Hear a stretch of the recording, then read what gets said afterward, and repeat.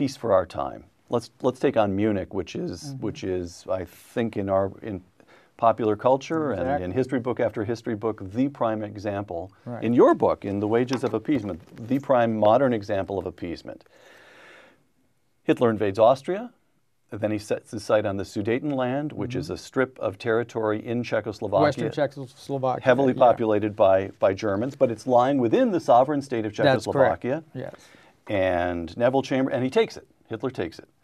Neville Chamberlain and the French Prime Minister and the Italian dictator meet with Hitler in Munich, and everybody says, in effect, well, now look, Adolf, if you really, really mean it when you say this is the last time, it'll be okay with us.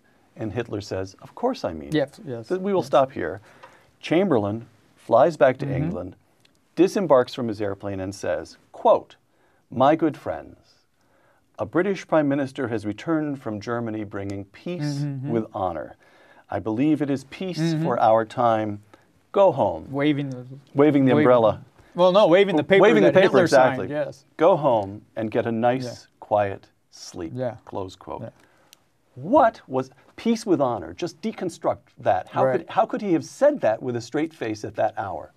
Well, you know, one thing we have to remember when we focus in on Neville Chamberlain, Chamberlain was an absolute international hero at that moment, in those weeks after Munich. In the eyes of Franklin Roosevelt, who sent him a telegram saying, "Good man," in the eyes of the British people, who believed they were going to go to war, who believed that German bombers were going to start bombing their cities.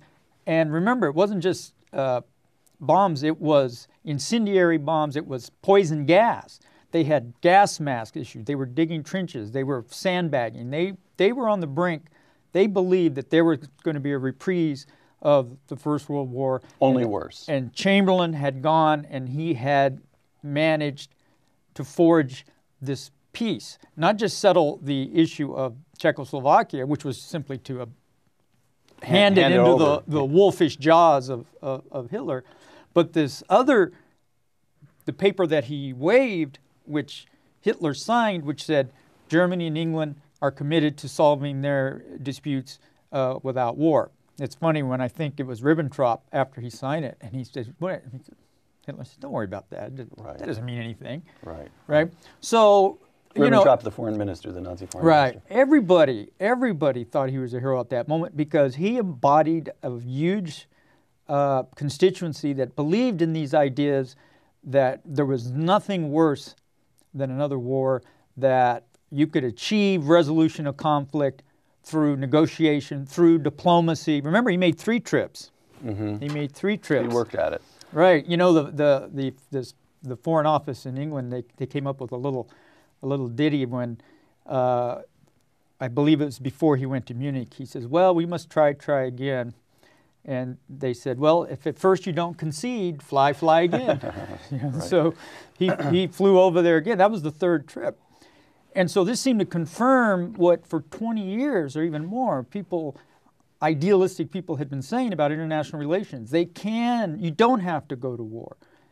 But that was a profound misunderstanding of Adolf Hitler, of human nature, of the huge resentment. Is there no possibility that Chamberlain was simply trying to buy time to rearm?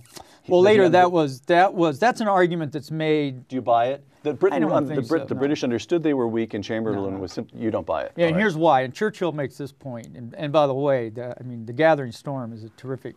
The first volume of Churchill's History of the War. If you look, when at the Czechoslovakia crisis, if France and England had decided to fight, along with the Czechs, who had, I believe, 40 divisions, the Poles probably would have ganged up too at that moment. The Soviet Union, even if these other powers moved. France was not going to move if England didn't move. France was not going to do this on its own. It may have been nasty, it may have involved casualties, but Hitler would have been turned back.